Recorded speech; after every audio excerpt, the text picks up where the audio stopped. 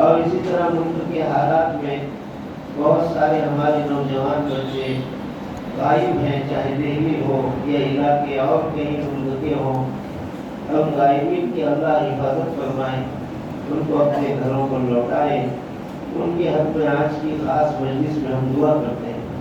اور خاص طور پر ملک کے حالات کے متعلق اور اسی طرح عالم عرب کے متعلق کہ اللہ تعالیٰ ملک کے حالات کو اسلام اور مسلمانوں کے حق میں سازگار فرمائے۔ اور ایک اہم بات کہ مدرسہ کی جگہ کے متعلق کہ ہماری جو پیچھے مدرسہ کی جگہ ہے، اس کے لیے بھی ہم خاص اس مجلس میں دعا کرتے ہیں کہ اللہ تعالیٰ جلد از جلد اس جگہ کا فیصلہ فرما دے۔ اس کا کام الحمدللہ شروع ہے، اس میں جو کام کرنے والے افراد ہیں اللہ تعالیٰ ان تمام کو ثابت قدمی عطا فرمائے، اور جلدی سے اس کام کو پورا فرما کے وہاں اللہ تعالیٰ تعمیر کا انتظام فرما دے۔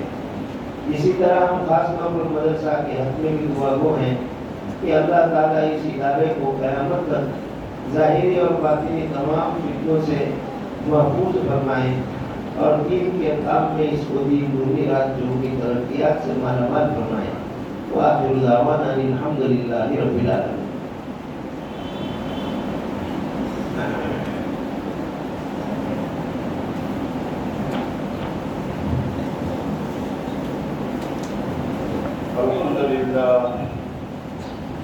الحمد لله نحمده ونستعينه ونستغفره ونعوذ بالله من شرور أنفسنا ومن سيئات أعمالنا، من يهد الله فلا مضل له ومن يضلل فلا هادي له، ونشهد أن لا إله إلا الله وحده لا شريك له، ونشهد أن محمدا عبده ورسوله أرسله بالحق بشيرا ونذيرا، من يطع الله ورسوله فقد رشد، ومن يعصهما فإنه لا يضر إلا نفسه ولا يضر لا شيئا۔ أما بعد، معزز اساتذہ کرام، مشائخ نظام، عزیز طلبہ اور میری بہنیں، سب سے پہلے تو میں آپ حضرات کو بہت ہی مبارکبادی پیش کرتا ہوں کہ حدیث کی مناسبت سے، بخاری شریف کے ختم کی مناسبت سے اور قرآن پاک کے اختتام کی مناسبت سے آپ حضرات نے جو سفر کیا، جو مشقتیں اٹھائی، اللہ تبارک و تعالیٰ اس کو قبول فرمائے، ذخیرہ آخرت بنائے، اور اللہ کے جلالہ و منوالہ ہماری اس چھوٹی سی حرکت کو اتنی بڑی بنا کر قبول فرمائے کہ صحابہ کرام رضوان اللہ تعالیٰ علیہم اجمعین، تابعین اور تبع تابعین نے حدیث کو حاصل کرنے کے لیے جو مہینوں کا سفر کیا تھا اور صبر کر کے انہوں نے حدیثوں کو حاصل کیا تھا، اللہ تبارک و تعالیٰ ہماری چھوٹی سی حرکت کو اس کے مشابہ بنا کر ہمیں بھی حدیث پاک کے اشاقوں میں اور حدیث پاک کے حاصل کرنے والوں میں شامل فرمائے۔ یہ اس وقت یہ مجلس ہمارے لیے، ہمارے جامعہ کے لیے، اور خصوصی طور پر جیسا کہ ابھی کہا گیا کہ ہمارے جامعہ کے بانی مبانی حضرات کے لیے، وہ حضرات ابھی اللہ تبارک و تعالیٰ کی رحمت میں بیٹھے ہوئے ہوں گے، لیکن فرشتے ان کو یہاں کی انوارات اور برکات سے نواز رہے ہوں گے، اور وہ وہاں مسرت محسوس کر رہے ہوں گے۔ ہم بھی دعا کرتے ہیں کہ اللہ تبارک و تعالیٰ اس جامعہ کے بانی مبانی اور اس جامعہ کے اہتمام انتظام میں رہنے والے، اور اسی طریقے سے ابتدا سے لے کر آج تک مادی، جانی، ذہنی، مشورتاً جس قسم کی نصرت کرنے والے جو بھی ہوں، اللہ جل جلالہ و منوالہ ان کو ہماری طرف سے بہترین جزائے خیر نصیب فرمائے. اللہ تبارک و تعالیٰ مغفرت فرمائے اور مغفرت فرما کر زیادہ سے زیادہ اپنا قرب نصیب فرمائے. بزرگوں اور دوستوں، یہ مجلس جس طرح جامعہ کے لیے بہت ہی مبارک ہے اور خوش نصیبی ہے، اسی طریقے سے میرے لیے بھی اور آپ حضرات کے لیے بھی بہت ہی مسرت اور خوش نصیبی کا مقام ہے. ہم اس پر جتنا اللہ تبارک و تعالیٰ کا شکر ادا کریں یہ کم ہے. زندگی میں بہت ہی کم مواقع ایسے آتے ہیں جو اس کو زندگی بھر یاد رہتی ہیں اور زندگی بھر میں وہ نمایاں وقت ہوتا ہے. آج اس حدیث کے طالب علموں کے لیے اور حدیث کے عشاقوں کے لیے جہاں مسرت کا مقام ہے، وہاں یہ بھی ہے کہ حدیث کے ساتھ مناسبت ہوئی ہے. اب یہ مناسبت ہماری زندگی بھر تک باقی رہنی چاہیے. اس کی خاص طور پر توجہ کرنے کی ضرورت ہے. حضرت عباس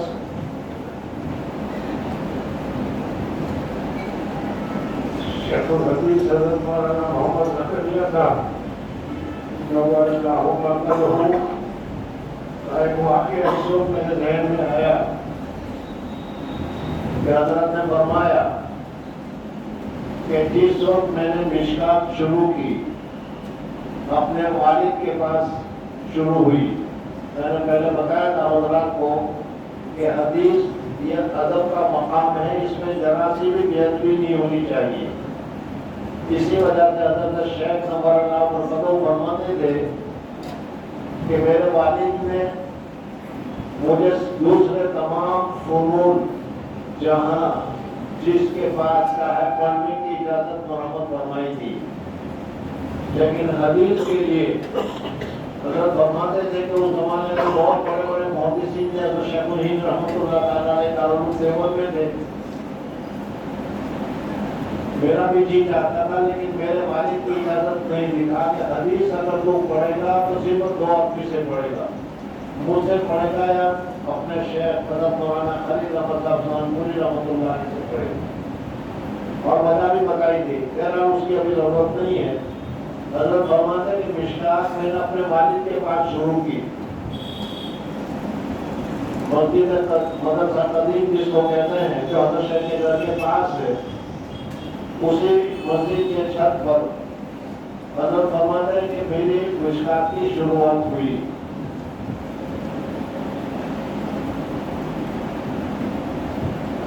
مشکات کی شروعات کے بعد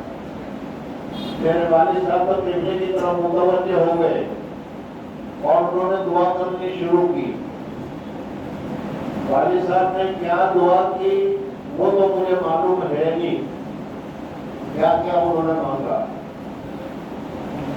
لیکن فرما بیٹھے کہ میں بھی دعا میں لگ گیا اور میری ایک ہی دعا تھی کہ یا کیا بہت لمبے زمانے کے بعد حدیث پاک کی یہ ابتدا ہوئی ہے. میں یہ چاہتا ہوں کہ مرتے دم تک مجھ سے حدیث کا ساتھ نہ چھوٹے. بزرگوں اور دوستوں، حضرت کی یہ دعا اور اس دعا کی قبولیت اور قبولیت کے بعد بہت ساری تفصیلات ہیں، مجھے اس سب کو ذکر کرنا نہیں ہے. میں صرف اس وجہ سے آپ حضرت سے بتا رہا ہوں کہ یہ نہ سمجھے کہ اب حدیث یہ ختم ہو گیا اور ہم نے حدیث پڑھ لی، بلکہ یہ تو ابتدا ہوئی.